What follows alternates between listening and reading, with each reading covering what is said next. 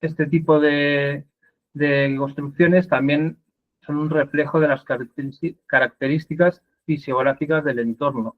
¿Qué quiere decir esto? Que según la geografía del entorno donde se encuentran, pues va a ser un tipo de construcción u otra, ¿no? Si en un entorno con mucha piedra de buena calidad, encontraremos viviendas construidas con aparejos de piedra más complejos, ¿no? En una zona donde no hay piedra, pero hay mucha tierra, encontraremos más viviendas de adobe, de tapial, ¿no? Entonces, un poquito responden a las características fisiográficas que decía. También responden a una adaptación al clima, ¿no? Durante siglos de vivir la gente en un lugar, pues entienden el clima donde viven y, por supuesto, van modificando, adaptando sus viviendas a esos factores. Y lo que decía antes, que la evolución constructiva es muy lenta y prácticamente no es perceptible, ¿no? Para nosotros. O sea, estamos hablando de que hace 200 años estas casas de pueblo pues prácticamente están igual. No ahora que de repente pues la evolución tecnológica es muy rápida y hay globalización, no tenemos mucho contacto entre unas culturas y otras y podemos adoptar nuevos materiales, nuevas técnicas constructivas a una velocidad pues, mucho más rápida. Otro gran aspecto que define este tipo de arquitectura es el utilitarismo, ¿no? Es una arquitectura sin pretensiones, que es una arquitectura para ser utilizada. Se construye normalmente por el propio usuario para cubrir unas necesidades de vivienda, de cobijo, de almacenaje. Entonces, estamos hablando de sistemas constructivos muy simples y muy funcionales. Es interesante para nosotros los arquitectos porque es complicado imitar esto, ¿no? Nosotros nos ponemos a planificar, a pensar, a inventar, pero no somos el usuario y la persona que realmente va a vivir esa casa, entonces es difícil ponerse en ese papel y a veces las soluciones que han adoptado son muy ingeniosas, ¿no? Desde ese prisma, donde se encuentra el constructor. Es lo que llamaríamos ahora el autoconstructor, ¿no? Antes la mayor parte de las personas eran autoconstructores por necesidad. Por supuesto, hay una optimización de recursos. Normalmente no encontramos elementos de decoración o muy pocos por un tema de optimización de recursos, ¿no? No sobraba el dinero ni el tiempo, entonces lo que buscaban era suplir una necesidad y ya está. Y eso también las hace muy interesantes, ¿no? Es lo que se ha llamado muchas veces la arquitectura del sentido común. Bueno, hoy en día esta arquitectura ya es considerada un patrimonio popular, ya claro, es una arquitectura sin arquitectos. ¿Qué quiere decir eso? Hoy en día una arquitectura sin arquitectos complejo, ¿no? Es complicado, ya sabemos cómo funciona ahora la burocracia y demás y el sistema y pues, es muy complicado. Tú no puedes coger y empezar a construir tu casa sin el respaldo de los técnicos, que por supuesto tienen sus ventajas, pero se pierde un poco esa espontaneidad, ¿no? Esa espontaneidad del usuario que tiene una necesidad y la cubre rápidamente.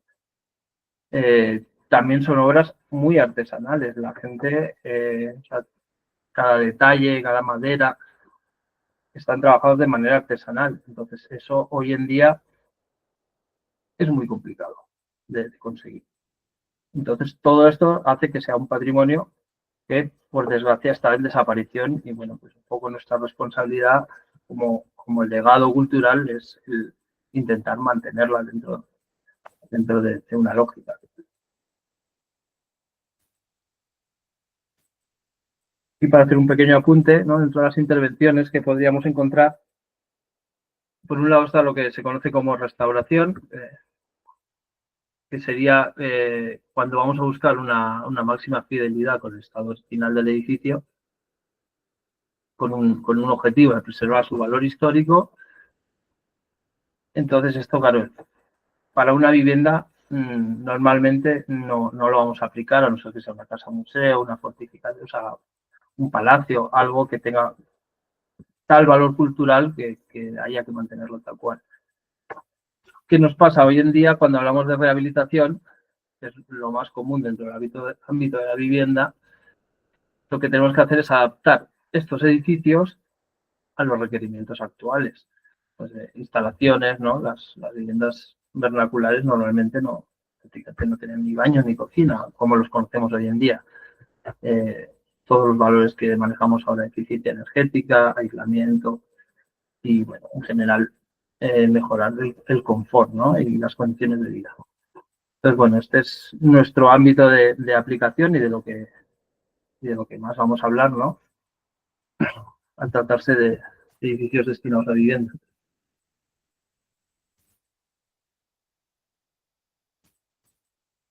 Ahora vamos a pasar a hablar un poquito de cómo empezar o cómo sugerimos empezar un estudio de una rehabilitación con criterios de bioconstrucción, ¿no? Un poquito sería empezar por estudiar las tipologías constructivas vernáculas de la zona o del edificio sobre el que vamos a actuar. Si nuestro objetivo es mantener esa esencia, ¿no? Esa espontaneidad, ¿no? Que al final es un valor estético que tienen los edificios también.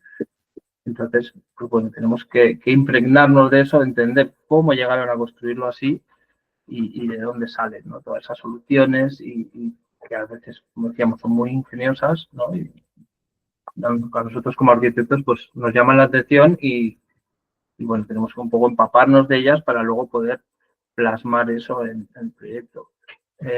Lo que vamos a ver ahora es un caso de estudio de la aldea de Iscles, que bueno, hizo un estudio de técnicas constructivas y de materiales, bueno, un poquito para que veáis un ejemplo, ¿no? El primer paso sería estudiar las edificaciones locales, ¿no? De la zona vernáculas, ¿no? Lo que decíamos, cuanto más acotemos, mejor. O sea, si tenemos una población, empezar por esa población o la región, ¿no? Un poquito qué sistemas constructivos se manejaban y por qué, ¿no? Que lo que hablábamos antes, en base a la geografía, los materiales disponibles, pues trabajaban de una manera u otra.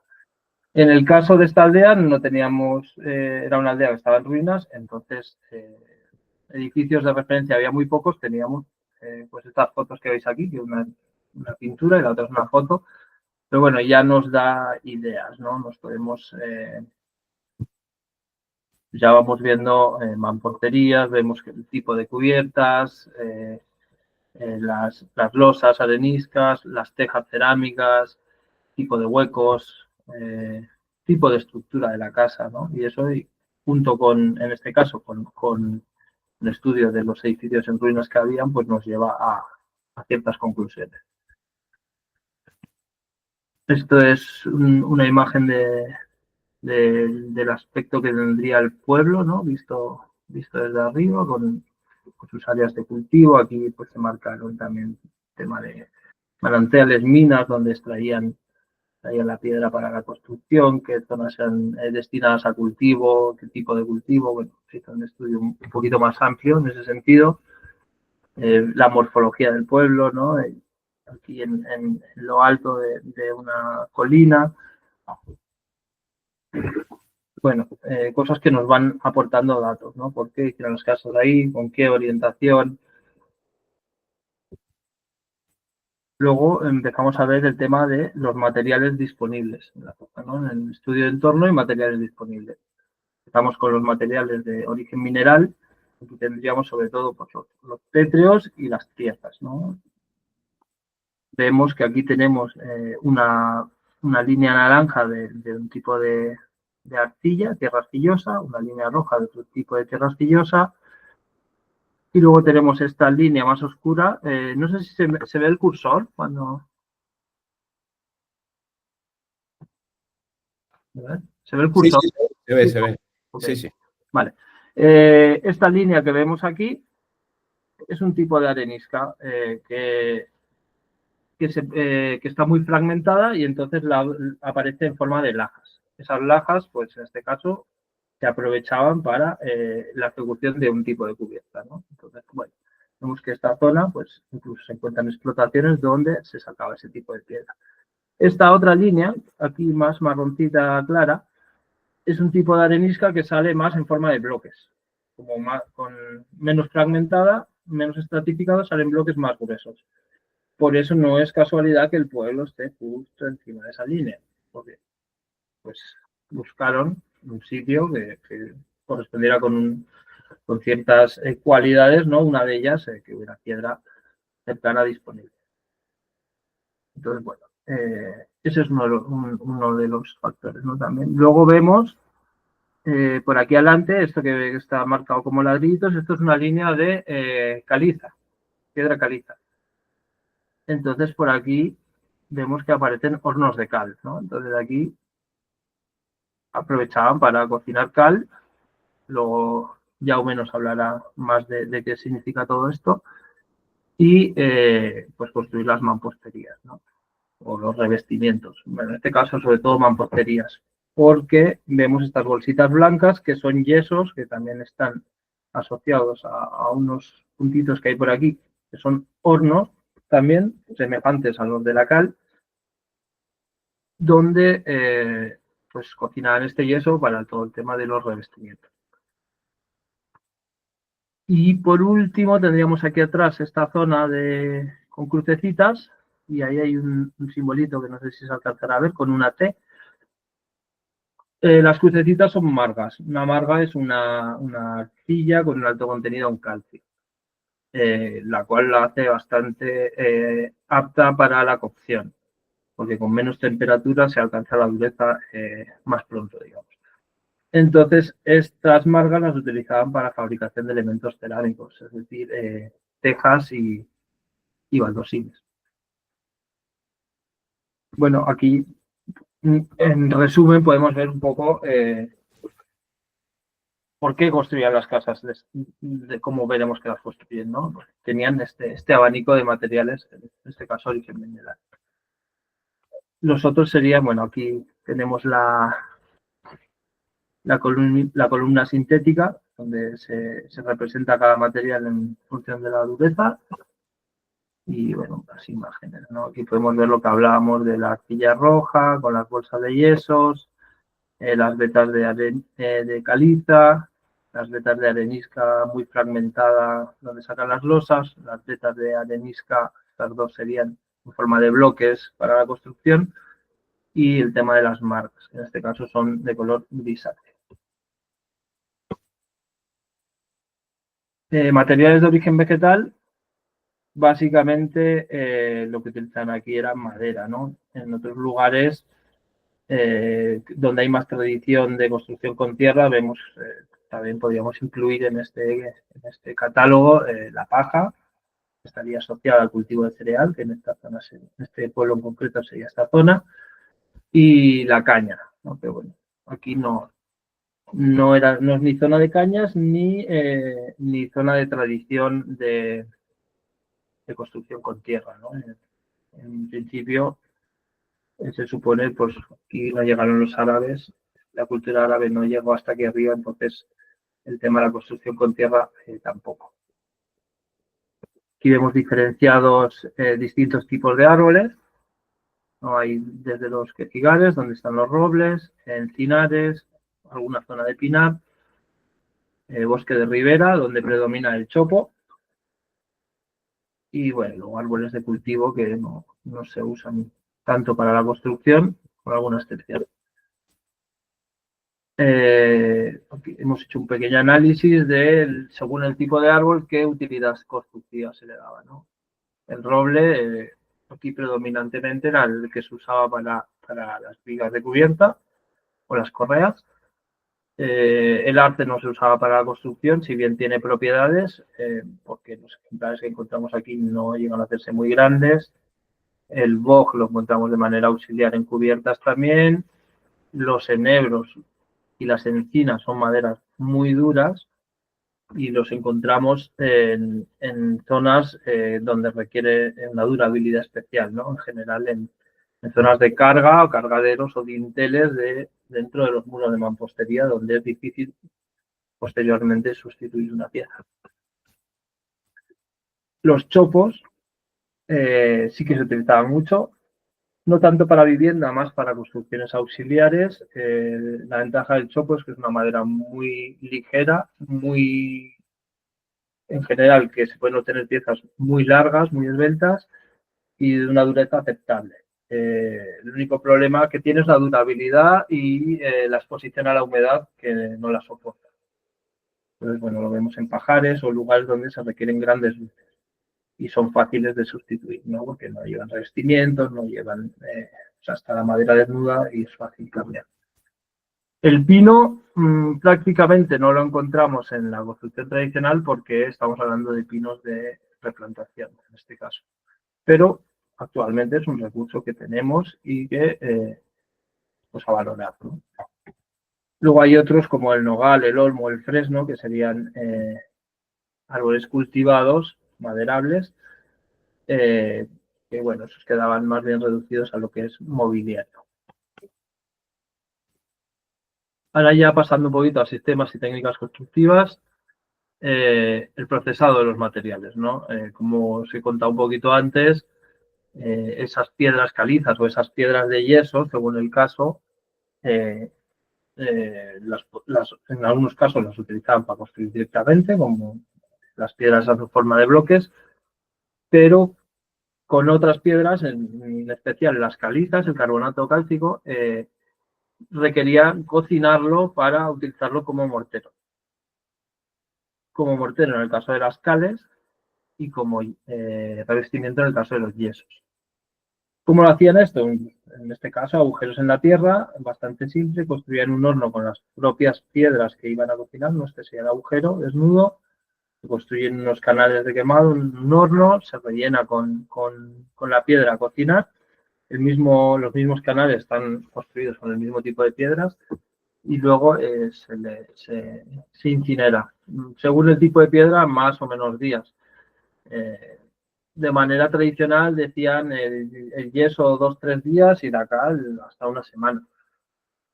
Había gente especializada en esto, sí, es un tema que bastante delicado, cada día y noche, durante de 3 días a una semana.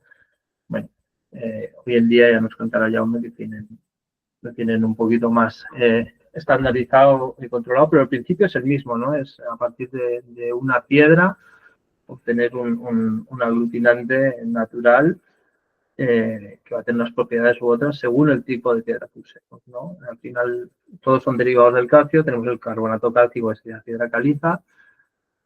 Según la composición de esta piedra, vamos a tener cales más aéreas o más hidráulicas, luego tendríamos el sulfato de calcio que nos daría el que conocemos como yesos. El tema de las cerámicas era similar en cuanto había que hornearlo, ¿no? Una tierra sin cocer ya sabemos que no es impermeable. Conocemos eso, entonces hay que llevarlo a una alta temperatura para que cristalice y resista la intemperie. Esto era de vital importancia para cubrir las casas, ¿no? Las tejas, sobre todo, que sí que son, aquí las trajeron más la tradición árabe, primero los romanos, luego los árabes, y bueno, pues requería bastante trabajo en moldear el barro, dejarlo secar, luego cocinarlo en esta especie de hornos que aprovechaban de hacer cocciones mixtas con las baldosas en la parte de abajo, las tejas arriba, y lo mismo, cocinarlo durante varios días hasta que esas tejas están listas y dejarlo apagar. La madera también requería de un procesado, ¿no? Según su aplicación, pues a veces utilizaban los troncos directamente pelados, a veces cuadrados, o el siguiente paso ya sería obtener tablas a partir de los troncos, ¿no? Luego hay un tipo de piezas que veremos que se utiliza mucho aquí en las cubiertas, que es lo que se llaman yatas o cabirones, que se hacían a partir de un tronco partido por la mitad y tallado de forma trapezoidal, para que las tejas apoyen mejor. Eso lo veremos. El sistema estructural o sistemas estructurales que encontramos en esta zona son muros de carga de mampostería, o sea, de piedra, con sistema de correas. llamamos correas a las vigas que transcurren perpendiculares a la pendiente. Cuando van paralelas a la pendiente estaríamos hablando de cabios. En este caso se utilizan correas. La edificación más simple que encontramos sería esta de aquí, que son dos muros de carga. Bueno, los frentes también son de la misma naturaleza, pero en este caso no están cargando, y unas correas. Entonces, este tipo de edificación se utiliza sobre todo en medianeras, pues ronda los 4 metros, 4 y poco de luz, de distancia entre muros, por un tema de optimización de la madera, ¿no? No es, sabemos, ahora los arquitectos en base a cálculo, que en esas luces es donde, a partir de ahí es cuando se nos complica con la madera, ¿no? Empezamos a tener que poner vigas muy gordas y tal. Bueno, ellos por una experiencia constructiva también lo sabían y encontramos eso. Cuando querían aumentar la anchura de la casa, digamos, entonces requerían utilizaban cerchas. En este caso, cerchas primitivas, que no tienen ni pendolón, solo un tirante y 2 pares. Entonces así podían duplicar la anchura de la casa, ¿no? Es una tirada de 4 metros y otra tirada. En algunos casos también se requería, cuando querían hacer una vivienda cuadrada, digamos, y en esta zona, por ejemplo, es típico 8x8, un pilar central y unos pares y las correas. Luego veremos por qué utilizan correas y no cabios, ¿no? En esta zona, en sistemas de forjados. La estructura típica de la vivienda era debajo en el sótano los animales, por un tema de calefacción también, entre otras cuestiones, y arriba la vivienda, ¿no? Incluso muchas veces a distintos niveles, aprovechando el desnivel del terreno. Y siempre, sí o sí, generaban un espacio no habitable en cubierta, que aquí se le llama la falsa, que se conoce como guardilla, un espacio para almacenaje y una cubierta ventilada. Claro, ellos no manejaban materiales aislantes, entonces esta zona de aquí pues es un colchón térmico, ¿no? Tenemos una cubierta ventilada que en el verano refrigera súper bien y esta zona que la llenaban, incluso a veces tenían gallinas o guardaban cajas de paja con manzana y tal, o sea, también la abarrotaban de cosas y de alguna manera les aislaba o impedía que el calor que pudieran generar saliera fuera de la vivienda. Como os decía, esto era una cubierta ventilada, siempre, ¿no? Entonces, típicas cubiertas, hemos podido ver un poquito en la foto, la más antigua se entiende que era la de losa, ¿no? La más primitiva, de losas de piedra arenisca. A diferencia de la pizarra, estamos hablando de piedras que tienen 3-4 centímetros de grosor. O sea, eso considerable, eso hace que haya que sobredimensionar mucho la estructura. Con el tiempo se introdujo la teja árabe, entonces empezamos a ver viviendas con lo que es el alero o el contorno en losa y la zona que realmente cargan las vigas, ¿no? El interior del tejado, resuelto con teja árabe. Y ya en las últimas construcciones o las más modernas ya implementa al 100% la teja. Por un lado es mucho menos peso, por otro lado la facilidad constructiva, o sea, es considerable, ¿no? Respecto a la losa.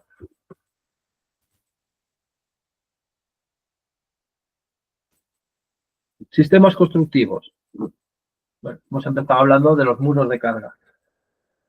Muros de carga de piedra. Estamos hablando de 2 caras de piedra con un relleno, unas piedras de unión cada cierto tiempo que se llaman llaves, un relleno de argamasa, mortero y trozos de piedra. Esto es lo que se conoce como una mampostería ordinaria. ¿Qué mortero utilizaban? Cuando podían o cuando había presupuesto, mortero de cal. Las cales que producían aquí en este caso eran, claro, no podían elegir, no iban a los materiales de construcción a comprar y elegían, era la que producían con la piedra local Era una cal aérea un poquito hidráulica, diríamos, ¿no? Una hidráulica un poco pobre, pero bueno, mejor que la arcilla, que era la alternativa que utilizaban cuando no había presupuesto y que encontramos en la mayor parte de las edificaciones. Todo este interior es de barro, de arcilla, con piedra. ¿Qué pasa? Eso hace que los muros a la larga, la durabilidad, una vez pierden la cubierta, se ve afectada enseguida, ¿no? Entonces, bueno, una intervención típica es reforzar con cal estas mamposterías una vez se han visto ahuecadas, ¿no? El agua se lleva todo este relleno y es muy típico tener que rellenar, ¿no? En los huecos, pues bueno, cómo resolvían, ¿no? Con estas maderas que hablábamos antes, que eran de alguna madera durable, ¿no? Normalmente elegían enebro, encina, el corazón del roble también a veces, el corazón del tronco, ¿no? El duramen, la parte más dura.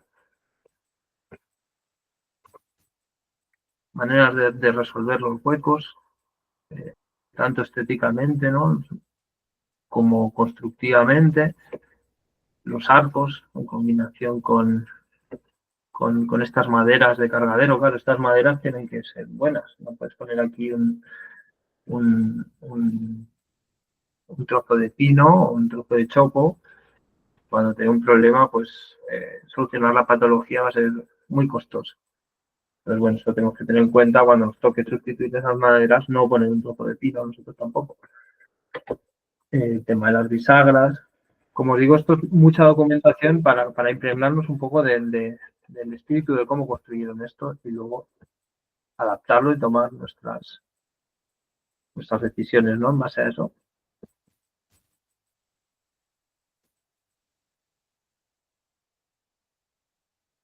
Los forjados, encontramos dos grandes tipologías,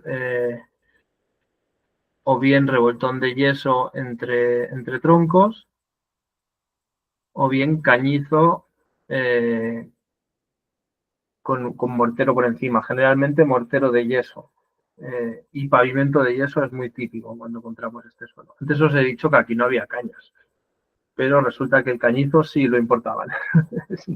Parece que, bueno, es una cosa fácil de transportar, liviana, y bueno, encontramos que sí se utilizaba el cañizo tanto en falsos techos como en algunos forjados, ¿no? Supongo que lo traían de los pueblos de los valles más cercanos donde sí hay cañas. Este es un tema muy interesante, el tema de los suelos de yeso, daría para otra clase, interesante a recuperar y a poner en valor por sus características, ¿no? Y que en la arquitectura vernácula encontramos, la verdad, que muy a menudo. El tema de la tabiquería, muchas veces, por lo menos en esta zona, resolvían con unas maderas, en este caso de roble o de alguna madera durable, y unas piedras, unas lajas entre medio, sujetadas con yeso y todo revestido de yeso. Un tabique troglodita un tanto pesado, la verdad que esto no lo replicamos hasta la fecha. Buscamos soluciones un poquito más livianas.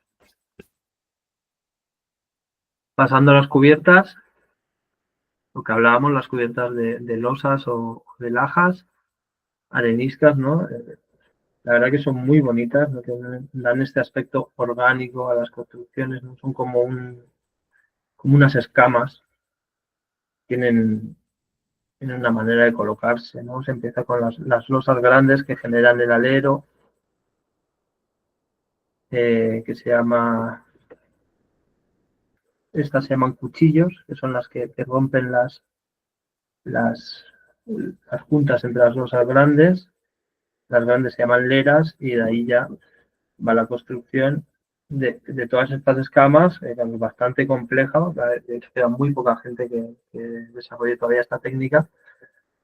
Y bueno, se va yendo cada vez con piedritas más pequeñas y es común rematar con teja, por comodidad, ¿no? Pero bueno, vemos que tradicionalmente todavía quedan algunas que rematan con una piedra ahí grande, plana, en la parte alta. Ahí pasaríamos a las cubiertas que hablábamos de mixtas, ¿no? Ya, o híbridas, donde se mantiene el alero y el perímetro, la protección del muro con piedra, pero la parte central del tejado se utiliza las tejas cerámicas. En este caso, en esta zona, se ponen las tejas encajadas entre unos rastreles, los que llamábamos antes, que os he explicado cuando digamos cómo procesaban la madera, las yatas, o aquí en concreto le llaman cabirones. Los podemos ver aquí en la imagen también, ¿eh? Por eso utilizaban correas, no cabios, ¿no? La correa va en el sentido perpendicular a la pendiente, o sea, el cabirón o la yata va en el sentido paralelo a la pendiente y permite sujetar la teja y que quede firme entre esas dos maderas. Esta técnica se llama teja vana a canal.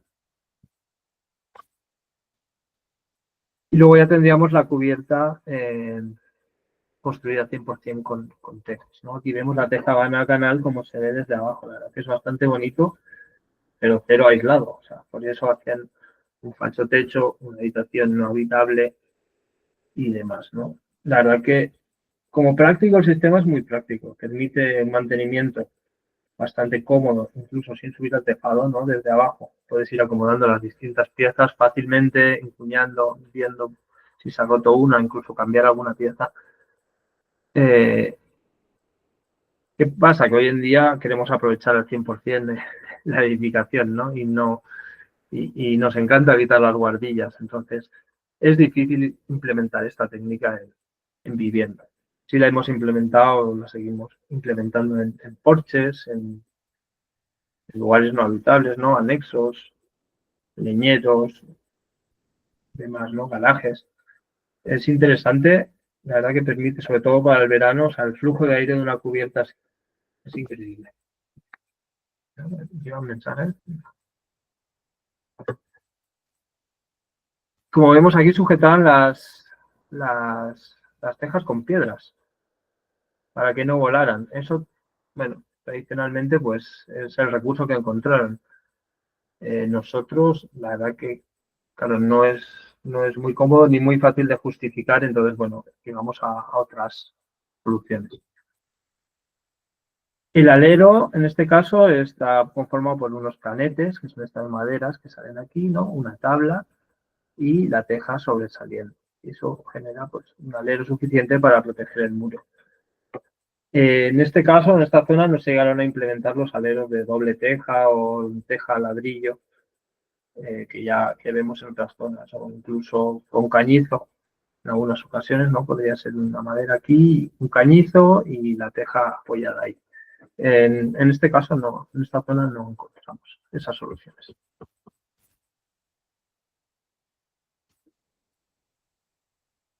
Bueno, este estudio, que diréis, esto es más de restauración que de rehabilitación, ¿no? O sea, ir tan al detalle de cada sistema constructivo.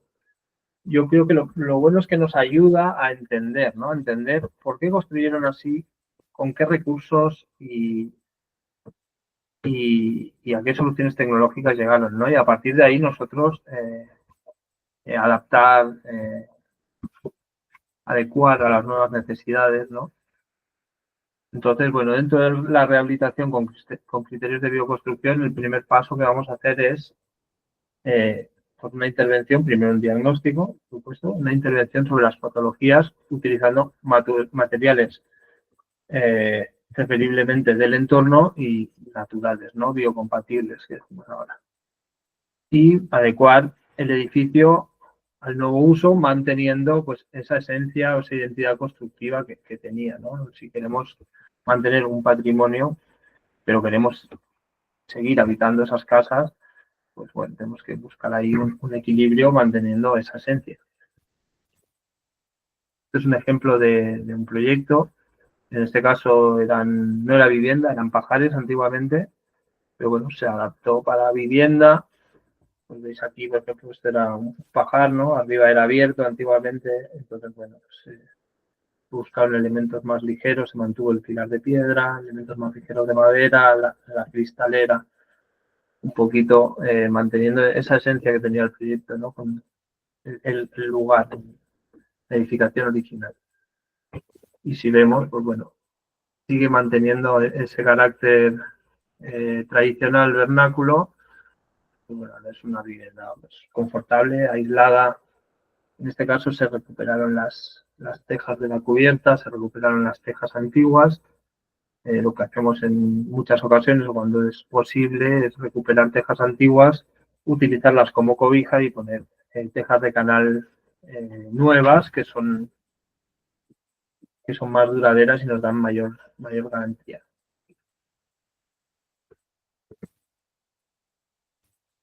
Otros aspectos claves serían pues, adaptar los sistemas constructivos que hemos visto a las necesidades actuales, ¿no? Como os hablaba un poquito de la cubierta.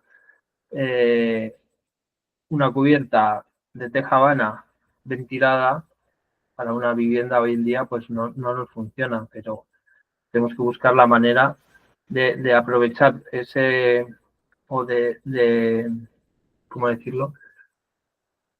De utilizar ese concepto, ¿no? De la cubierta ventilada, de la refrigeración en verano, del colchón térmico, pero manteniendo un uso actual y un aislamiento y unas propiedades de confort más adaptadas a los tiempos actuales.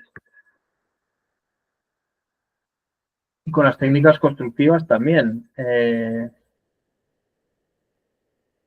Por ejemplo, un ejemplo clásico, el yeso, ¿no? El yeso tradicional que vemos en los revestimientos es un material increíble, el yeso de cocido a alta temperatura, pero que por desgracia hoy en día en el mercado pues prácticamente es muy difícil hacerse con él o es muy poco asequible, ¿no? Hay muy pocos productores. Entonces, buscamos otras alternativas o incluso materiales que de algún modo, por la capacidad tecnológica que tenían en el momento, se habían pasado por alto, nosotros los introducimos y los adaptamos las técnicas constructivas para utilizar esos otros materiales. Un ejemplo sería las arcillas. Antiguamente, por lo menos aquí, prácticamente no revestían con arcillas, revestían con yeso. Sí, es muy duro, pero como nosotros pues lo que hemos hecho es sustituirlo por las tierras arcillosas, que pues hay de gran calidad y con una buena formulación sí que es verdad que es trabajo y llegar a un buen resultado pues no es tan fácil, por eso entiendo que tampoco las utilizaban. Entonces, bueno, pues eso, adaptando un poquito los sistemas constructivos, en este caso, por ejemplo, es una cubierta de una rehabilitación, pues se aisló, no estaba aislada, por supuesto, en este caso se aisló con lana de oveja y luego un entablado, una lámina impermeable transpirable para permitir esa transpirabilidad de la casa, mantenerla, ¿no? Pues ya la tenía originalmente. Un sistema de rastrelado para crear una ventilación entre las tejas y mantener esa refrigeración de la cubierta. Y luego ya las tejas, en este caso, recuperadas las cobijas. Las canales no, las canales se pusieron nuevas. Bueno, este es un ejemplo.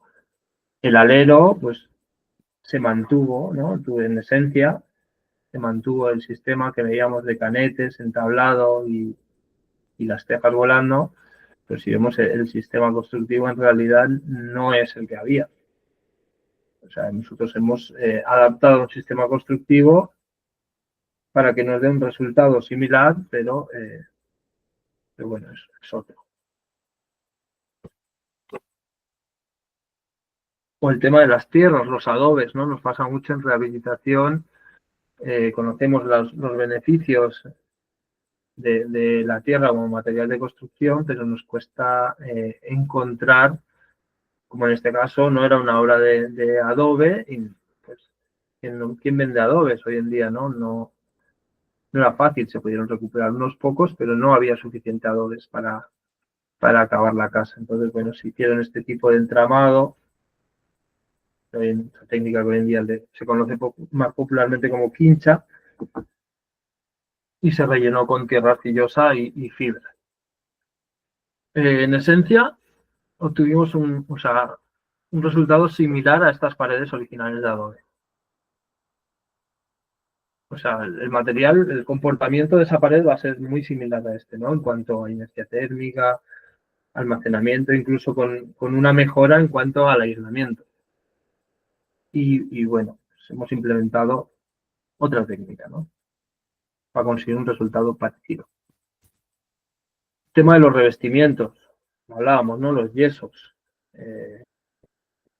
o las cales. Antes conseguir cal o sea, era un recurso bastante caro comparado con ahora, ¿no? Si hacemos la conversión.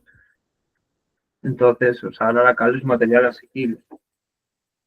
Y hay mucho avance, mucha tecnología en lo que es la cal y sus formulaciones, y hay mucha información, ¿no? Por suerte, o sea, esa es la parte buena de estar todos ahora tan conectados, que podemos leer de estudios de la otra parte del mundo o ver experiencias de gente que está trabajando con estos materiales y podemos implementar. En ese sentido, en los revestimientos, pues sí que se está innovando mucho, ¿no? Pues se traen maneras de trabajar, herramientas de la otra punta del mundo incluso, ¿no? Pero bueno, siempre sin perder de vista eso de trabajar con materiales lo más locales posibles, las tierras, las cales locales. Entonces, bueno, pues en este caso es revestimiento de tierra interior, revestimiento de cal hidráulica en la capa exterior. Claro, en eso que habla un ejemplo, en eso que hablábamos de las innovaciones, ¿no? De nuevas cosas que se hacen. Ahora estamos trabajando mucho las cales aditivadas con cal, por ejemplo, para exteriores, para darle, o sea, perdón, las cales, las tierras arcillosas aditivadas con cal para el tema de los revestimientos en las caras exteriores, como puentes de unión para poder pegar un revestimiento de cal sobre un muro de tierra. Bueno, eso, que se va innovando mucho, se va experimentando mucho y hay mucha información que antes pues iba más lento y era más complicado ir implementando cambios en estas cosas. Pero el resultado final, pues al final es parecido.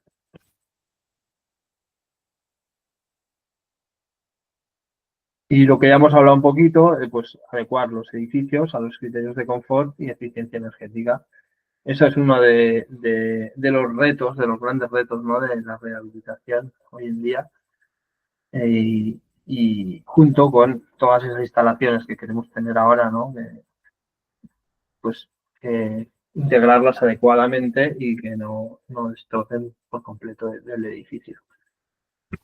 Aquí he puesto un ejemplo, ¿no? Que me hizo gracia, ¿no? Este edificio no es nuestro, este está en Ibiza, este es de una compañera. Bueno, es una casa, aparentemente una casa de campo ibicenca, de payés, que le dicen ahí, muy artesanal, como veis, todos los troncos de sabina, todos los entablados de sabina, la mampostería de piedra, las mamposterías de piedra, los encalados. Pero esta casa, bueno, por dentro ya se ve un poquito, tiene todas las comodidades que puede tener una casa prácticamente de lujo actual, incluso domótica, incluso tú puedes encender las luces con el móvil, ¿no? O sea, a ese extremo, hay internet en todas las habitaciones, hay aire acondicionado centralizado con un termostato en cada habitación. Bueno, este sería el extremo, ¿no? Pero decir que una cosa no está reñida con la otra y si las cosas se piensan bien o se planifican bien, pues se puede llegar a un buen equilibrio, ¿no? La clave está en entender las técnicas constructivas y entender los materiales que tenemos que utilizar.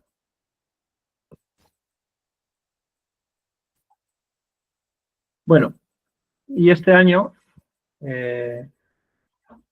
hemos propuesto una obra de estudio para realizar en talleres que se llama Casa Bretalla, está en Cajigar, es una población muy cercana a Iscles, a lo que hemos estado analizando durante este ratito. Y bueno, lo vamos a realizar durante unos talleres de rehabilitación teóricos y prácticos pero enfocados al diseño, o sea, no prácticos en el sentido de estar ahí poniendo piedras, sino prácticos en el sentido de estar ahí proyectando, ¿no?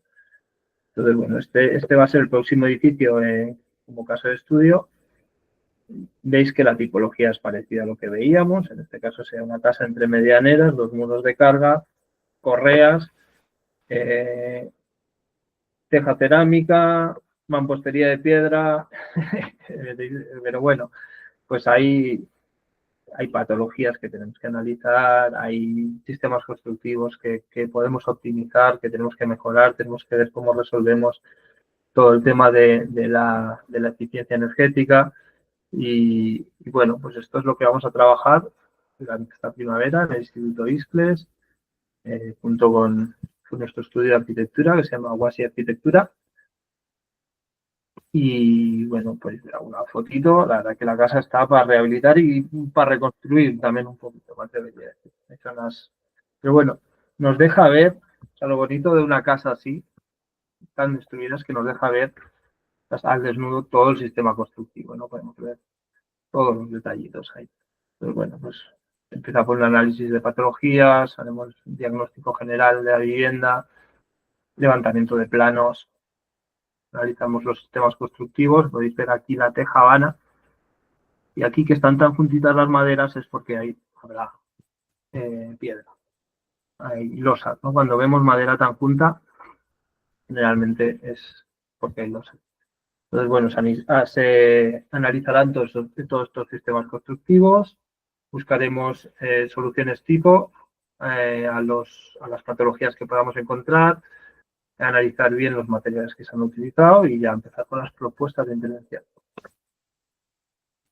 Por supuesto, tendremos que adecuar todo esto al código técnico, buscar soluciones de eficiencia energética y soluciones que se adecuen a los nuevos usos de esta vivienda, que si bien va a ser de nuevo vivienda, pues bueno, habrá que ver con la propiedad, con el propietario, pues cómo podemos adaptar el nuevo uso que le quieran dar a esta vivienda. Y analizar qué materiales compatibles, si no locales, ¿no? Obtener materiales locales, pues según qué tipo de árboles ya nos dejan cortar y demás, ¿no? Eso nos pasa mucho con la madera, ¿no? No puedes ir y cortar la madera que quieras, pero puedes entender qué tipo de madera ponían, ¿no? Por ejemplo, el enebro o la encina o maderas muy duras, decir, bueno, no puedo ir a cortar enebro porque está prohibido, pero puedo comprar madera resistente hasta este punto, ¿no? Puedo conseguir alerce, o puedo conseguir Douglas o otras maderas que me aguanten bien los años y el agotamiento y la humedad, si es que la hubiera en su caso. Entonces, bueno, ahí es cuando hablamos de materiales compatibles. Con las cales igual, a no ser que sea una intervención muy específica, es complicado tener o poco práctico hacernos un horno de cal. Entonces vamos a ver qué materiales podemos comprar y demás. Entonces, bueno, todo esto es lo que analizaremos. Os invitamos a participar de este taller, que la verdad que seguro que va a estar muy bonito. Y nada, muchas gracias. He dado la turna un ratito. Y ahora, si queréis, vamos a darle el paso a Jaume, que nos va a contar, muy interesante, lo que os he explicado yo con los dibujitos, pues él nos lo va a explicar bien, porque él, bueno, forma parte de la empresa Cementos Naturales El Tigre, que están especializados en cales hidráulicas aquí en la zona de Lleida, por lo cual, pues, para nosotros es un material de referencia que siempre aconsejamos y utilizamos en nuestras obras, y la verdad que tenemos el placer de estar con ellos ya colaborando, no sé, varios años en nuestras formaciones y bueno. Sí, Nadir, igual antes que empiece Jaume, hay 2 o 3 preguntitas, después dejamos, pero para que sean inmediatas, para que no se olviden. También insistir, yo os puse en el chat el enlace de la información de este taller que ha comentado Nadir. Es un taller que se va a hacer en varias sesiones online, y encuentros presenciales allí para hacer todo el análisis de patología, levantamiento, etcétera, y después prácticas. Lo veis, toda la información lo veréis ahí en internet y si no podéis contactarnos. Y sí, es muy interesante. Y luego aquí hay unas preguntas, Nadir, no sé si puedes ver tú el... Sí, espera que lo abro. Hay muchas. Sí, bueno, la primera, Elvira, que preguntaba que dónde sacaste la información geológica en el caso de que comentaste. A ver, veo aquí el chat. A ver, espérate. Elvira, ya estás preguntando cosas raras, Elvira. No, la información geológica, pues hay mapas geológicos en internet, te pones ahí en el, ¿cómo se llama esto? ¿Cómo se llama? No me sale ahora. Instituto Geológico Nacional, ¿no? ¿Me parece? Algo así. Hay mapas geológicos por zonas que están muy bien. Yo en concreto ese que tengo se lo pedí a un amigo que es geólogo porque lo había hecho él, de casualidad, justo a él le había tocado hacer el mapa de esta zona, pero sé que están en internet, ¿eh?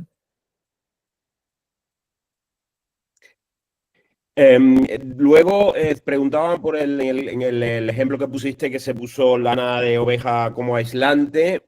¿Cómo se trata la lana de oveja? En la próxima sesión va a ser en febrero. Vamos a ver también eficiencia energética y materiales aislantes. Seguramente trataremos estos temas, pero bueno, comenta algo sobre esto, Nadir. Sí, a ver, la lana de oveja es un producto muy interesante para aislamiento. Sabía que saldría esta pregunta porque sale siempre. Es un producto interesante y muy delicado. ¿Por qué? Porque tiene una gran propensión a crear, sobre todo, insectos, polillas, ¿no? En concreto.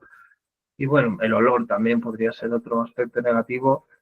En esta obra en concreto, la verdad es que la propietaria se empeñó y nosotros no estábamos muy convencidos por otros ejemplos. O sea, conocemos bastantes ejemplos que han puesto lana de oveja como aislamiento y todos han acabado teniendo problemas con polillas.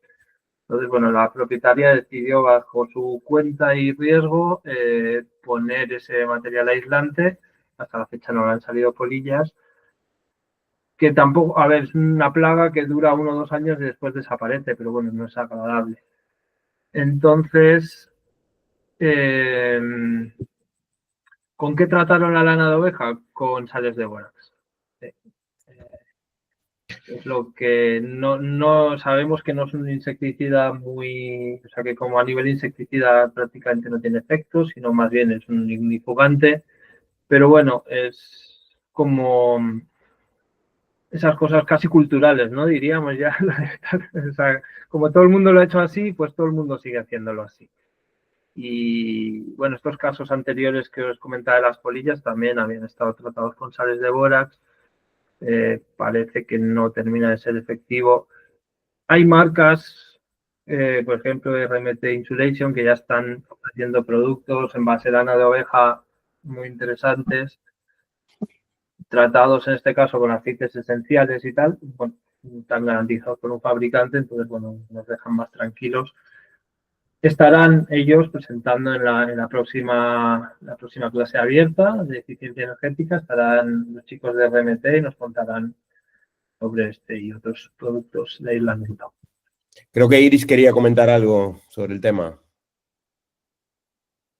Iris, abre el micrófono. Iris. No se te escucha. Hola, hola, ¿qué tal? Hola. Hola, Iris. Hola. Quería aportar, creo recordar que sí que echamos aceites esenciales también por encima después de la sal de bórax. Igual eso es lo que ha salvado. Sí, sí, el tema de la lana, claro, el tema de la lana de oveja es muy delicado y es probablemente junto con el corcho es de los materiales más ecológicos que conocemos, por lo que es, porque le estamos cortando constantemente el pelo a las ovejas. Y lo que pasa es eso, que es muy vulnerable y hasta ahora la mayoría de los insecticidas que salen al mercado también son nocivos para la salud humana.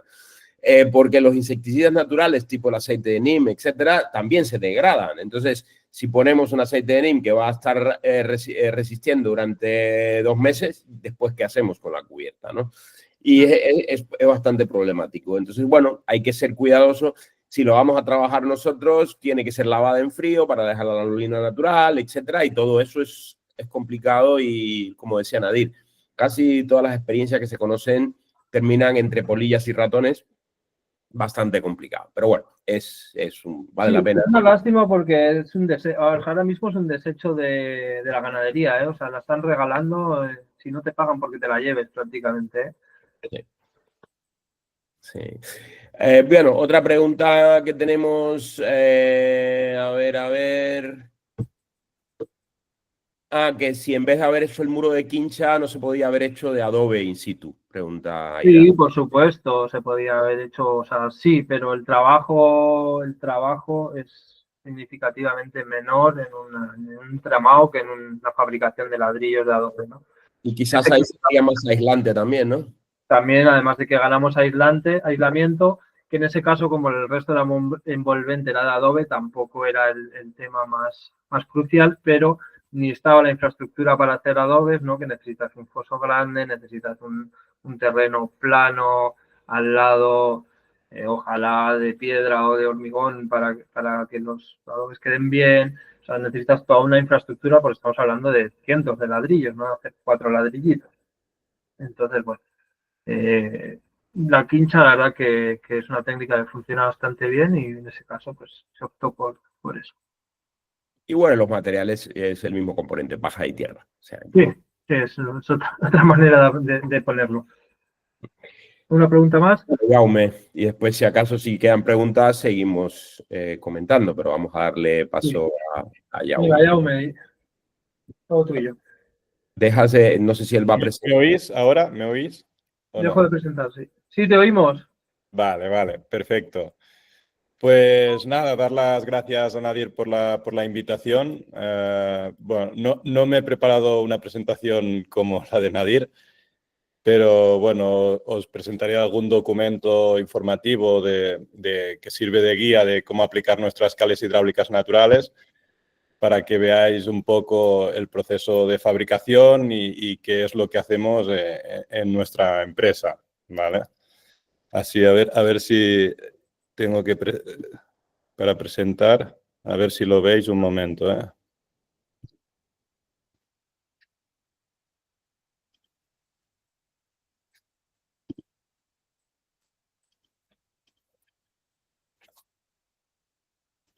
Bueno, ahora estáis viendo mi pantalla, supongo, ¿sí? Sí. Sí. Vale, pues nada, eso. No me he preparado la presentación, pero bueno, explicaré a través de un artículo que tenemos colgado en la página web, que es una guía de aplicación de nuestras cales hidráulicas naturales. Entonces, a ver, es esta guía.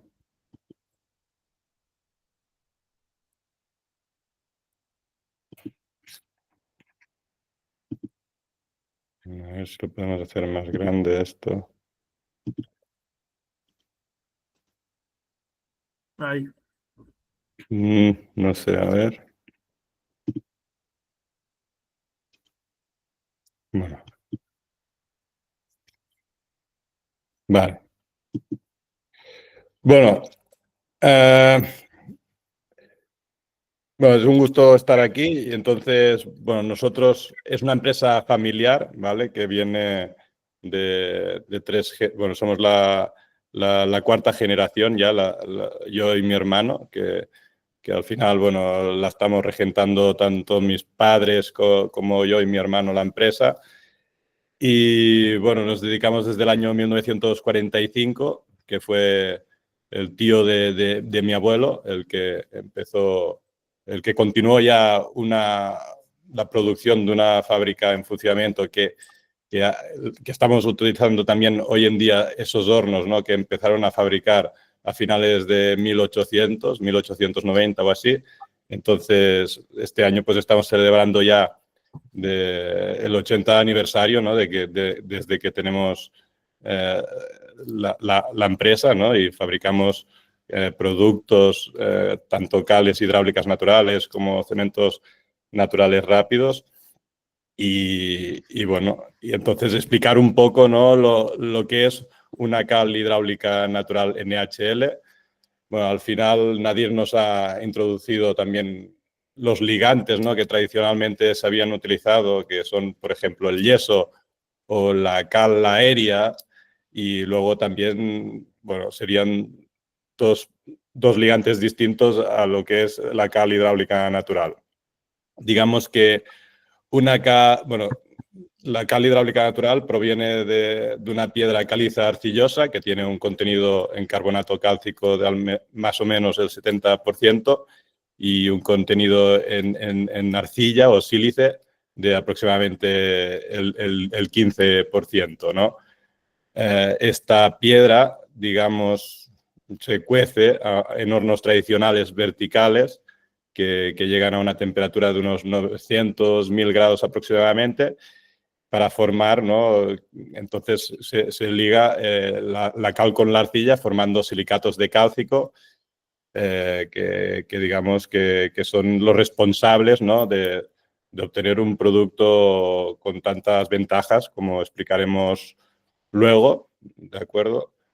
Y luego liga pues mucha parte, la cal y la arcilla, y luego queda parte, como el contenido en carbonato cálcico es muy grande, pues queda parte de este carbonato libre, o sea, sin combinar con la arcilla. Entonces, es por eso que después de cocerlo, la piedra, y queda esa cal viva, pues se tiene que hidratar para que no cree, digamos, cosas que no nos gusten, bueno, porque se aumentaría de tamaño, bueno, aumenta la temperatura y eso. Entonces se tiene que apagar y luego molturar el producto. Los compuestos que se crean, el silicato de cálcico, son los grandes responsables, ¿no?, de la transpirabilidad y durabilidad y estabilidad del producto. Crea una red más espaciosa, entonces esto hace que el producto pues, sea transpirable. Bueno, una cosa que no he dicho, porque tampoco me lo he preparado mucho esta presentación, que para que sea más didáctico, en cualquier momento que surja cualquier duda, cualquier cosa, o sea, pues paráis mi charla y lo hablamos, ¿de acuerdo? Vale. Entonces, bueno, aquí alguna cosa que quería comentar. Bueno, sí, a diferencia del cemento Portland, el cemento Portland, digamos, que es la evolución, ¿no?, de una cal hidráulica natural. Está compuesto también básicamente por arcillas y carbonato cálcico. La diferencia es que lo ponen en un horno rotativo y lo cuecen a unos 1500 grados. Y entonces esto crea unos ligantes, unos compuestos que son mucho más compactos y eso hace que el producto no sea tan transpirable, pero que a la vez le dé más propiedades de resistencia, impermeabilidad y sea más factible para hacer hormigón armado. Entonces, bueno, también destacar, ¿no?, a diferencia del cemento Portland, que la cal hidráulica natural, por naturaleza, ya tiene un fraguado lento y a diferencia del cemento Portland, que le tienen que añadir yeso, ¿no?, para retrasar el fraguado. Entonces, esto lo que hace es que, bueno, no sea tan preparado para poder aplicarse en zonas donde hay humedad, porque el yeso con contacto con la humedad pues se expande y entonces pues puede crear alguna, digamos,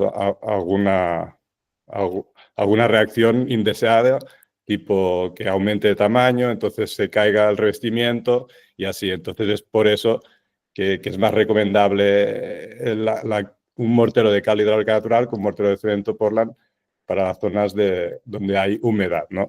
Se forman compuestos entre los ligantes hidráulicos del cemento y el yeso, que esto con la humedad hace que no tenga durabilidad, o sea, que aumente de tamaño y se rompa. Vale, a ver. Bueno, aquí hay un poco de presentación de la empresa, lo que os he comentado antes, que es una empresa que fue fundada por el tío de mi abuelo en 1945. Entonces, en el año 1960 murió el tío de mi abuelo y él pasó a regentar el negocio hasta 2009, que es cuando murió mi abuelo, entonces pasó a manos de mi madre. Ahora, bueno, aquí se puede ver algunas imágenes, ¿no? Bueno, supongo que veis el cursor. Pues esta imagen es de la zona de envasado en el año 1950 y aquí se puede ver, pues, el que era mi abuelo, que es Jaume Carulla Casals, envasando, ¿no? Entonces aquí también un camión del año 1965 y también la zona de los hornos, que a día de hoy son los mismos hornos de cocción, o sea, tenían la cantera muy cerca y con vías pues llevaban el material hasta los hornos y tiraban, digamos, la piedra caliza arcillosa ya dentro de los hornos, donde se mezclaban con carbón para que cueciera. Y luego aquí abajo del todo es donde hay las bocas de descarga que lo descargaban directamente pues encima de la camioneta, ¿vale? Son fotos de hace muchos años, pero que a día de hoy, ya te digo, utilizamos los mismos hornos. Visualmente está un poco distinto, pero el proceso de fabricación es similar en ese sentido porque utilizamos los mismos hornos. Pero bueno, sí que la molturación, envasado y todo sí que ha avanzado bastante más y bueno, claro, la calidad evidentemente pues ha mejorado. A ver. Bueno, aquí destacar que somos la tercera generación, que realmente estamos comprometidos, bueno, claro, estamos yo y mi hermano, ¿no? Que ahora estamos evolucionando un poco el negocio, intentando hacer productos, una variedad de productos más amplia para aplicaciones más concretas y bueno, la verdad es que la evolución del negocio estamos muy contentos y realmente convencidos de que es un negocio de prosperidad y que vamos a durar y dar soluciones durante muchísimo tiempo. Bueno, aquí una imagen más actual, ¿no? De la zona del frente de explotación de la cantera, ya con maquinaria, digamos, no como hace 70 años, que era pico y pala, sino que ya con retroexcavadoras y maquinaria de más productividad. Y entonces aquí explicar un poco el proceso de fabricación que tenemos en Cemento Natural Tigre. Pues básicamente tenemos dos canteras pues, que están ubicadas en la zona de Cervera Lérida, que es de donde extraemos la materia prima. Son canteras propias. Entonces, mediante medios mecánicos, pues extraemos la materia prima de la cantera y la transportamos a una planta de trituración y selección. Entonces, veis cómo la extraemos con una retroexcavadora y un martillo hidráulico. Y luego le llevamos a la zona de trituración y selección. O sea, para que la piedra se pueda cocer correctamente y de forma uniforme, pues se le debe dar un tamaño regular y también sacar la tierra y los compuestos que no nos interesan para su cocción, ¿no? Aquí se ve una imagen de los hornos. Bueno, en total tenemos cuatro hornos. Los dos que se veían en la foto antigua son los dos otros que estarían en la parte izquierda de la imagen. Y básicamente aquí es donde se cuece la piedra a unos 1000 grados. Son hornos verticales de un cilindro de diámetro aproximado de 2,5 metros y una altura de unos 8 metros. Y aquí, pues, desde que ponemos la piedra con el carbón de coque para su cocción hasta que sale, pues pasan aproximadamente unas 72 horas, unos 3 días, ¿vale? Y entonces luego cuando sale del horno, pues hay una parte de cal libre, que es lo que he comentado antes, porque la piedra la cantera es carbonato de cálcico en un casi 80% y un 15-20% de arcilla, pues entonces la cal libre que queda se tiene que apagar con agua, entonces se le tiene que dar un proceso de hidratación después del proceso de cocción de la piedra. Y luego ya llevaríamos el producto apagado e hidratado a la planta, a la fábrica, lo molturaríamos, lo refinaríamos y seguidamente lo envasaríamos. Vale. Estas imágenes son un poco antiguas también, o sea, aquí ha cambiado un poco la maquinaria, pero sí, es representativo de nuestras instalaciones actuales. Entonces, bueno, aquí hay algunos beneficios de la cal hidráulica que se pueden resaltar. Es transpirable, digamos que la cal hidráulica, por el tipo de ligante que es silicato bicálcico en mayor parte, pues tiene una estructura muy abierta y permite el paso del vapor de agua, evitando problemas de humedad. Y da transpirabilidad y renovación del aire interior de las viviendas. En comparación con el cemento Portland, digamos, que es el ligante de referencia en construcción a día de hoy, pues es más flexible y menos propensa a fisuras, cosa que es muy importante en viviendas antiguas donde hay movimientos, asentamientos y así. Y es gracias a su microestructura, ya que se adapta mejor a los movimientos, ¿vale? No es tan rígida, sino que es más, no diría flexible, pero sí, en cierto modo es más flexible que el cemento. Y luego también lo que he comentado antes de la mezcla de sulfatos con el yeso, ¿no? en el cemento. Pues en ambientes agresivos, pues una cal hidráulica natural siempre será más resistente, ¿no?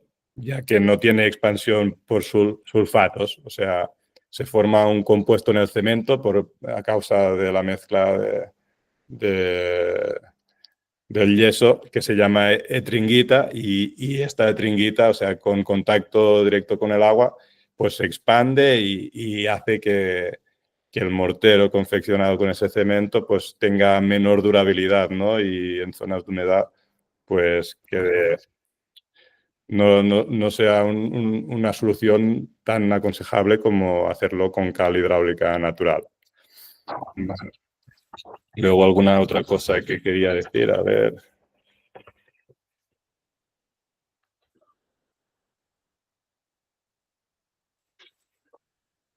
A ver. Bueno, que es compatible es evidente porque no tiene ningún tipo de aditivo, de añadido, simplemente es una piedra cocida, apagada, molturada y se ensaca el producto y se sirve. Entonces se puede adaptar muy bien en obras de carácter histórico, ¿no?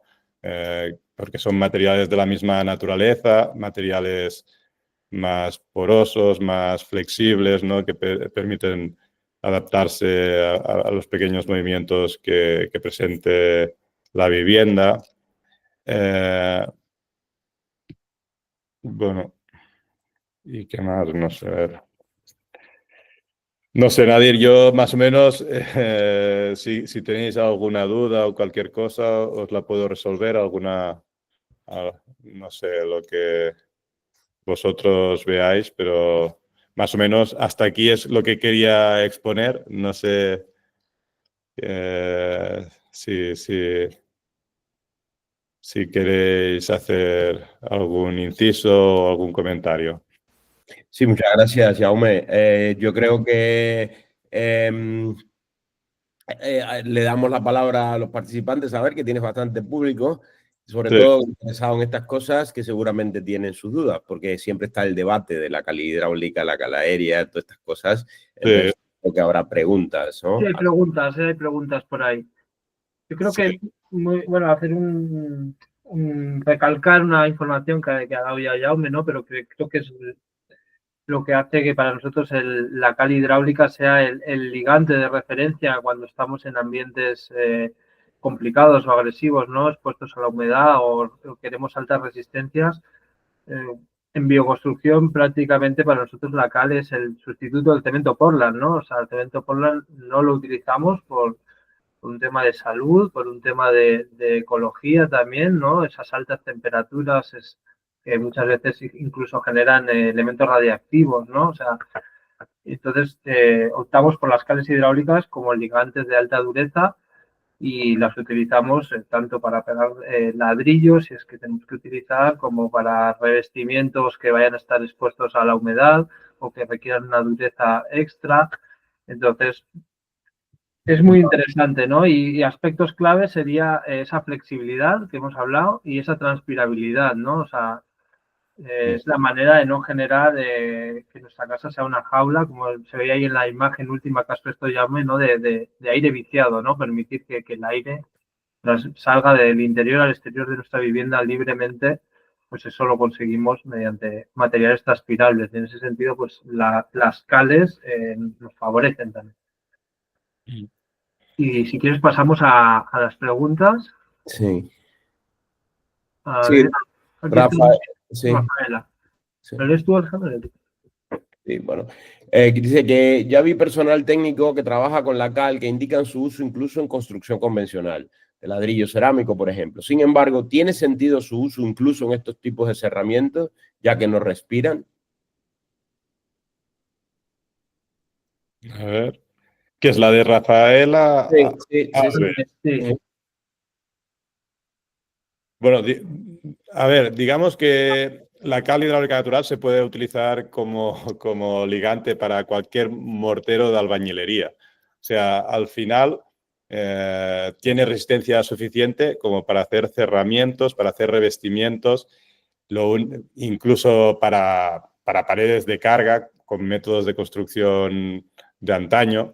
Pero digamos, a día de hoy, digamos que su uso principal sería por cerramientos y revestimientos. O sea, se puede hacer, aunque no tenga la propiedad no se necesite la propiedad de transpirabilidad, pero se puede utilizar por todo tipo de cerramientos. A diferencia del cemento Portland, lo que he comentado, ¿no? Que tiene una estructura más densa, que tiene mucha resistencia, que tiene más impermeabilidad al agua, y entonces es por eso la propiedad del hormigón armado, ¿no? Que ha dado tantos avances en los últimos años.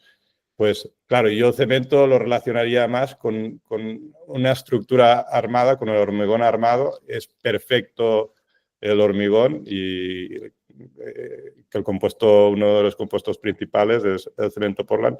Pero bueno, para los cerramientos y revestimientos, pues morteros transpirables yo entiendo que dan a un ambiente interior pues mejor calidad de aire, mejor estancia y también a nivel estético y de comodidad, ¿no? Aportan diferenciación, ¿no? Respecto a cualquier tipo de revestimiento más industrial o basado más en productos más químicos. Yo es lo que entiendo. Entonces, claro, si se valora un acabado natural, agradable, pues yo creo que es una solución perfecta.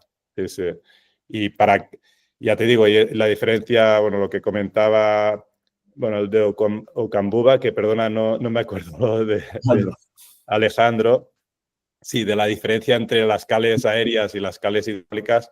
Básicamente es que las cales aéreas, si son 100% aéreas, solo fraguan por carbonatación. Entonces, por definición, pues se tienen que utilizar en capas finales para que esté en contacto directo con el aire, para que carbonate y para que endurezca. Y si son revestimientos más base, pues ya sería una cal hidráulica, ¿sabes? Si quieres un mortero ecológico transpirable, pues las capas bases sería con una cal hidráulica y las terminaciones se podrían hacer con una cal aérea. Uy, una cal aérea iba a decir. Sí. Sí, yo agregaría... Yo creo que esto ya enlazaría con la pregunta de David. Sí. No, yo iba a agregar, bueno, porque Jaume, te habías congelado. Se ha cortado un momento, Jaume. Sí. Pero bueno, que yo agregaría un poco a lo que comentabas antes, a la pregunta de Rafaela, que no es solo la transpirabilidad, es un tema, porque ahí sí, claro, si tengo otros elementos que no son transpirables.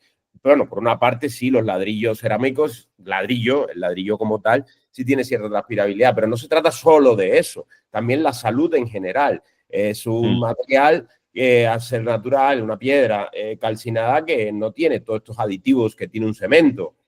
También desde el punto de vista ecológico en su fabricación, etc. O sea, que hay una serie de aspectos que no es solo el aporte de la transpirabilidad, ¿no? Y como decías tú, claro, el cemento aporta la resistencia a la compresión, que es lo que hace que bueno, pueda servir para un hormigón, etcétera. Pero aquí hay otra serie de aportaciones, ¿no? Sí.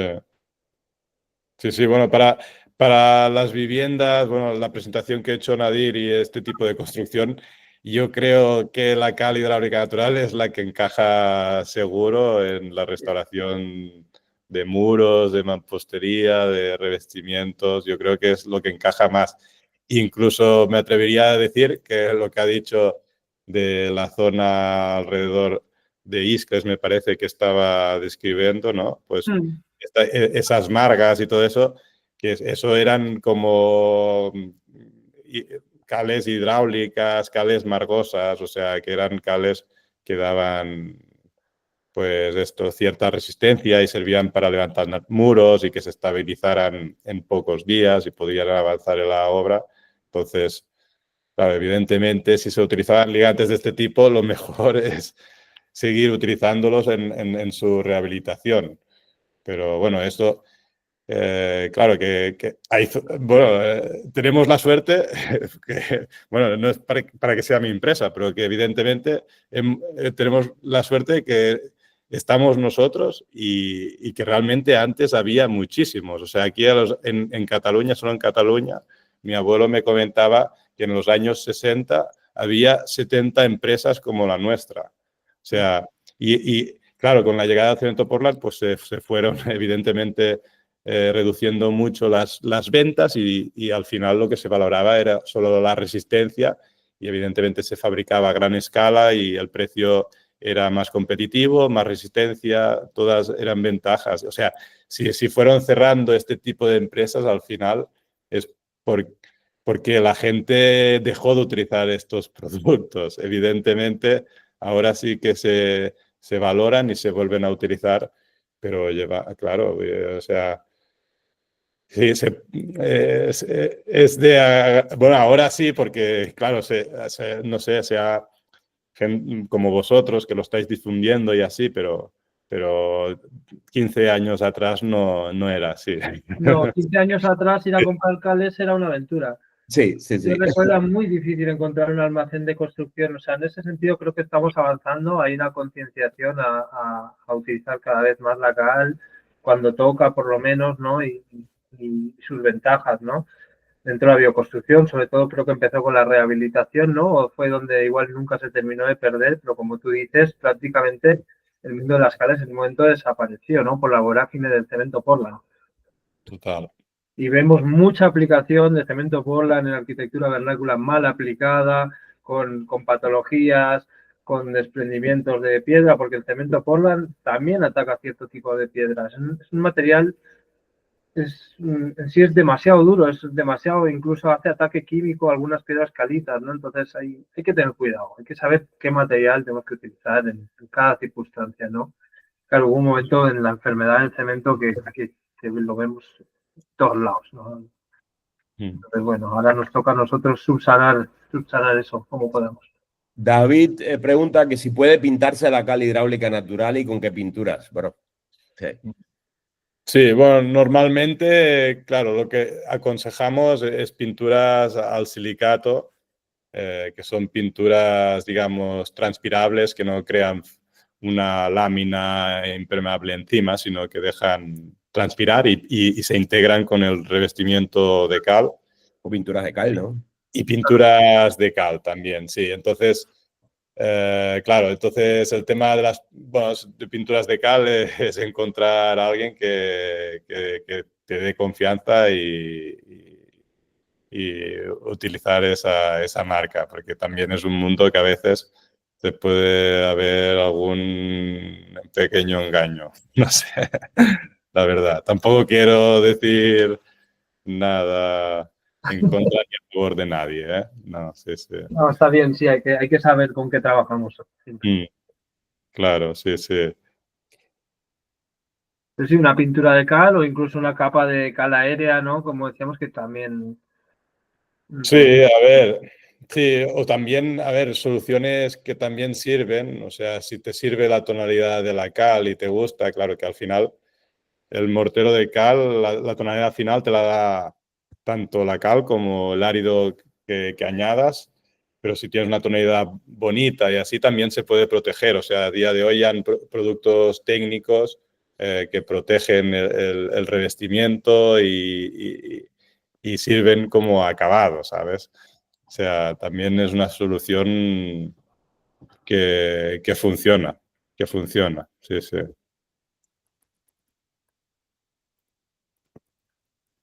Muy bien. A ver, siguiente pregunta. Pregunta Carlos Murillo. ¿Cómo definiría Jaume su cal? ¿Industrial o artesanal? Y yo, ya te digo, el método antiguamente, o sea, es la verdad, ¿eh? O sea, tenemos los mismos 4 hornos y antiguamente a los años 60 también iban los 4 hornos encendidos y seguramente casi a la misma producción que a día de hoy. La diferencia básicamente es que antiguamente pues habían 15, 20 trabajadores y hoy en día con 5 trabajadores somos suficientes para fabricar la misma cantidad de cal. Pero es más un tema de extracción del material en la cantera o así, lo que trae más faena. Y luego el ensacado, claro que era distinto, ahora es más automatizado. Pero digamos que el corazón de la empresa, que son los hornos tradicionales verticales, el proceso de cocción es lo mismo. Lo único que cambia son las herramientas de extracción y luego de molturación y envasado, que evidentemente la molturación y envasado es mucho mejor al producto final que antiguamente. Es un poco más industrial en ese sentido, pero evidentemente el producto, que es la razón de ser de nuestra empresa, es el mismo. O sea, el corazón, que es los hornos, es lo mismo. Para mí sigue siendo totalmente tradicional. Pero sí, sí.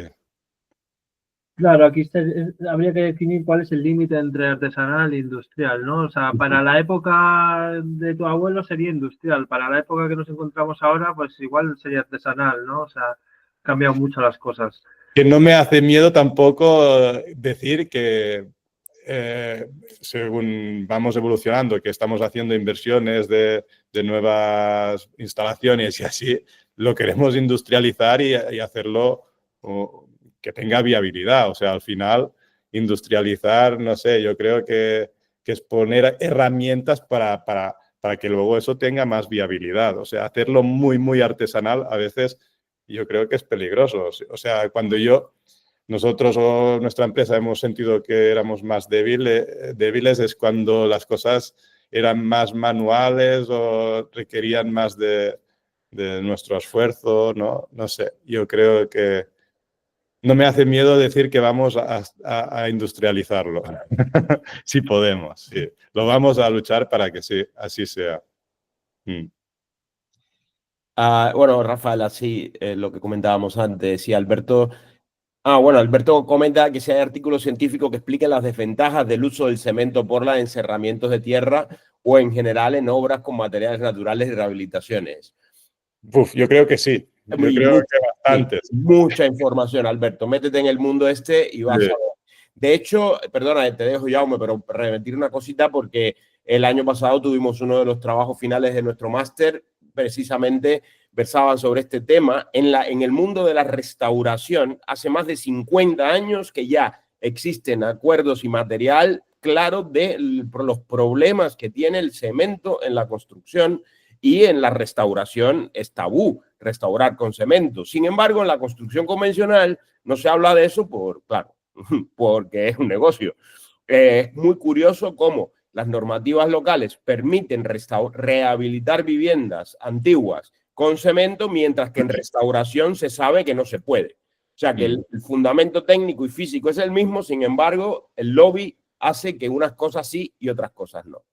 Pero información sí hay mucha, o sea, hay mucha. Hay de universidades y de todo el mundo, claro, porque hay diferente comportamiento higroscópico de los materiales, en lo que hablábamos de la rigidez, la vida, el ciclo, las cales son cíclicas, o sea, siempre van mejorando, mientras que el cemento sabemos que tiene una vida limitada, que tiene patologías por sus reacciones químicas internas a largo plazo, etcétera. Bueno, también comentar que si se utilizara en toda rehabilitación de todas las viviendas que hay antiguas, también sería un problema por el abastecimiento de este tipo de productos, que claro, no sé, al final si grandes empresas que se dedican a la fabricación de cementos estarían interesadas en fabricar este producto. No sé, claro, de momento digamos que no hay el volumen suficiente como para hacerse grandes empresas de este tipo, ¿sabes? Pero bueno, evidentemente es un producto que se puede industrializar y se puede fabricar. O sea, al final es invertir en eso, en maquinaria y hacerlo. O sea, no es un proceso de fabricación, digamos, muy complejo. O sea, no. Jaume, ¿a qué temperatura, cuál es la temperatura de cocción de la cal hidráulica? Sí, normalmente es alrededor de 950, 1000, 1050 grados.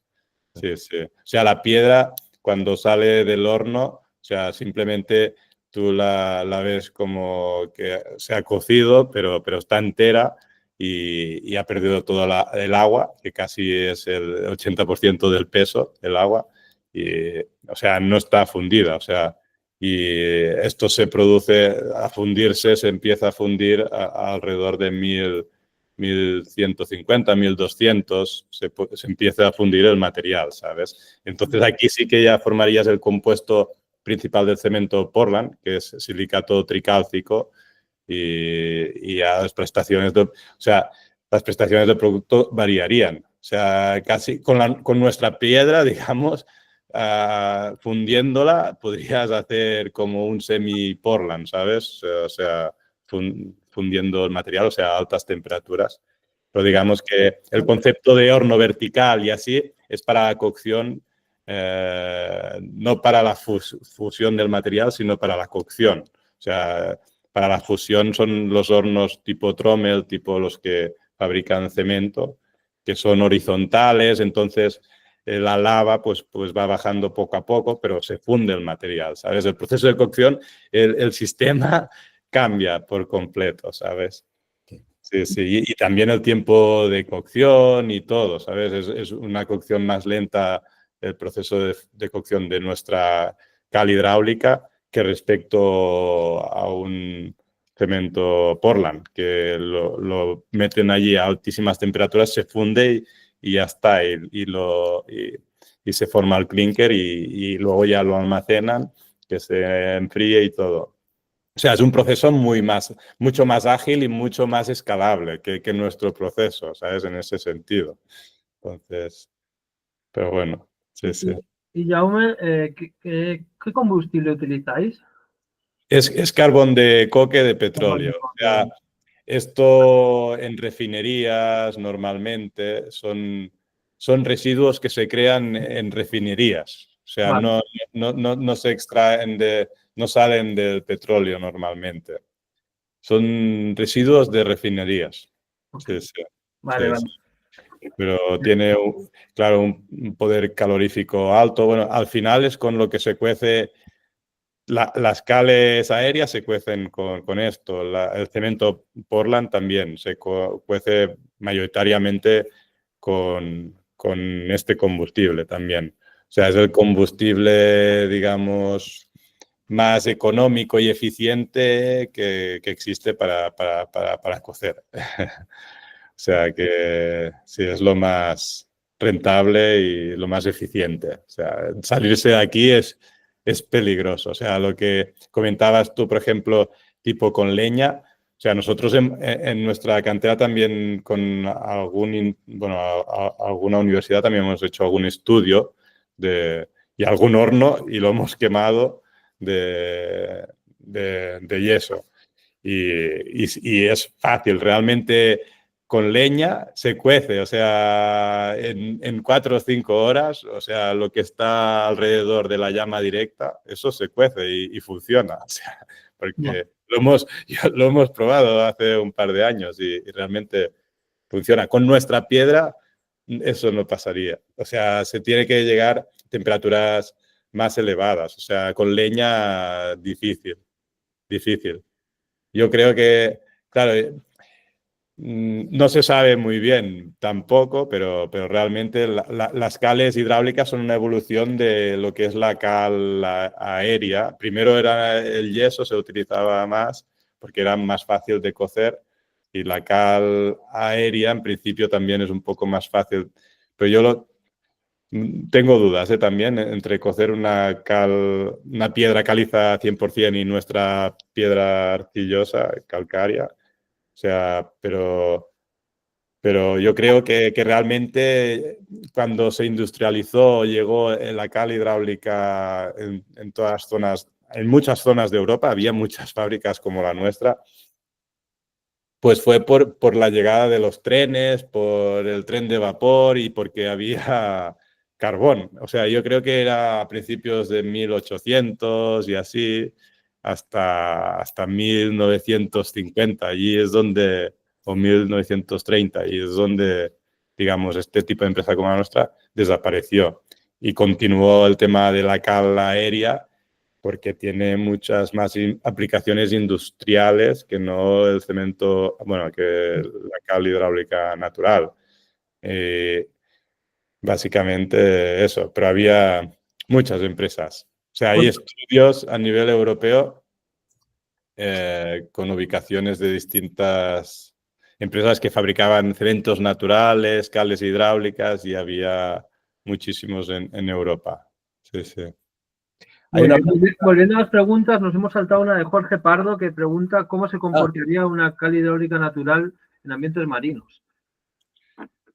Se comportaría bien, o sea, sí, es mucho más resistente a las sales. Bueno, o sea, no sé cómo se llaman esas estructuras que hacen para los peces en el mar, pero se hacen con cales hidráulicas y también con cementos naturales también, porque son muy resistentes a las aguas ácidas y sulfatadas, y se comportaría bien, mucho mejor que el cemento. Sí, sí. Perfecto. Creo que nos queda una pregunta de Damián que dice, si la cal es neutra en carbono, pero ¿qué pasa con el carbono que se genera en la combustión? Dice, ahí sí se genera, ¿cierto? Me refiero al carbono, el combustible utilizado. Sí, supongo que se refiere al dióxido de carbono que se emite a la atmósfera. Evidentemente, sí, se emite CO2 a la atmósfera. La diferencia, bueno, siempre nos comparamos con el cemento Portland, pero más o menos una tonelada de cemento pues equivale a emitir una tonelada de CO2. Y con nuestro producto, digamos, ya por la cocción, que es más a baja temperatura, a lo mejor generas pues 700 kilos por tonelada fabricada, pero luego, digamos, hay una parte de recarbonatación del producto una vez aplicado que a lo mejor significa que en el cómputo final a lo mejor dicen que sobre los 400 kilos por tonelada, o sea, 400 kilos de CO2 emitida por tonelada de cal hidráulica natural y una tonelada de CO2 por tonelada de cemento Portland. Más o menos dicen que es así. Vale. Evidentemente, no, lo más ecológico a nivel ecológico es coger y con tierra, evidentemente. Claro, pero la tierra no es impermeable, ese es el gran problema que tiene la tierra, uno de ellos. Sí. Luego tiene muchas ventajas, por supuesto. La primera esa, ¿no? O sea, el carbono cero, pero claro, cuando estamos en ambientes expuestos a humedad o requerimos resistencias muy altas, pues este es nuestro producto. Oye, interesantísimo todo, pero ya van a ser casi las 8. Sí, Ya. yo creo que va a ser Una hora y media y casi vamos por 2, que podríamos estar por 3 y por 4, pero claro. Sí, no hay más preguntas, así que nos vamos. Para eso tenemos nuestros cursos y bien, yo creo que así, eso mismo, Damián, que ya tengo hambre, la cena. Entonces, bueno, yo creo, espero que os haya gustado. Jaume, muchísimas gracias por haber estado aquí, además por apoyarnos en los talleres y siempre haber estado, desde que trabajamos la bioconstrucción, trabajamos con Cales el Tigre, ha sido siempre, ahora hay muchos por ahí, pero creo que con vosotros siempre hemos estado trabajando porque en los tiempos que empezamos era lo que había y realmente seguimos, porque es lo que sigue habiendo, ¿no? Entonces, bueno, gracias a todas, a todos por estar aquí, a Nadir por la presentación, y esperamos que nos sigáis. Bueno, algunos de vosotros estáis en nuestro ciclo de expertos en bioconstrucción o nos conocéis por los diferentes talleres. Como comentamos, tenéis la matrícula abierta siempre del experto, tenéis los talleres que podéis consultar y vamos a continuar con este tipo de actividad una vez al mes. Hemos propuesto que el último jueves de cada mes haremos una presentación gratuita, abierta para todos los interesados de diferentes temas que vamos tratando en nuestra formación. Entonces, bueno, si quiere alguien comentar algo más, por supuesto, estáis. Ahora es el momento. Sí.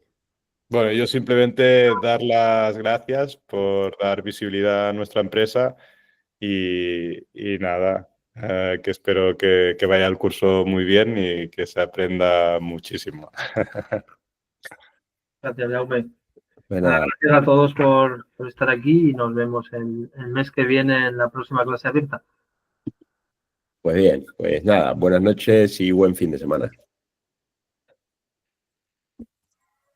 Buenas noches, gracias.